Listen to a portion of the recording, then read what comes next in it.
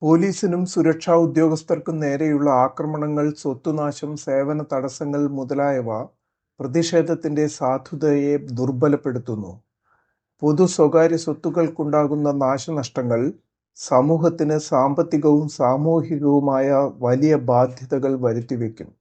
സമാധാനപരമായി വിയോജിപ്പ് പ്രകടിപ്പിക്കാനും സർക്കാരുകളെ ഉത്തരവാദിത്തമുള്ളവരാക്കാനും മാറ്റത്തിനായി വാദിക്കാനുമുള്ള അവകാശം ഇന്ത്യൻ ഭരണഘടന പൗരന്മാർക്ക് ഉറപ്പു നൽകുന്നുണ്ട്. എങ്കിലും ഈ അവകാശം പ്രതിഷേധങ്ങളുടെ പേരിൽ എന്തും ചെയ്യാനുള്ള സ്വാതന്ത്ര്യമല്ല. പൗരാവകാശങ്ങളെയും നിയമവാഴ്ചയെയും ഒരുപോലെ സംരക്ഷിക്കുന്നതാണ് ശക്തമായ ജനാധിപത്യം. ആക്രമണകാരികൾ, സാമൂഹ്യവിരുദ്ധർ തുടങ്ങിയവർ ന്യായമായ പ്രതിഷേധങ്ങളെ അശാന്തി പടർത്താൻ ദുരുപയോഗം ചെയ്യുന്നത് സമാധാനപരമായ പ്രതിഷേധക്കാരുടെ ലക്ഷ്യങ്ങൾ നേടിയെടുക്കുന്നത് കൂടുതൽ ദുഷ്കരമാക്കുന്നു. സമാധാനപരമായ പ്രതിഷേധക്കാരെയും ആക്രമണകാരികളെയും തമ്മിൽ വേർതിരിക്കുന്നത് സന്തുലിതമായ സമീപനത്തിന് നിർണായകമാണ്.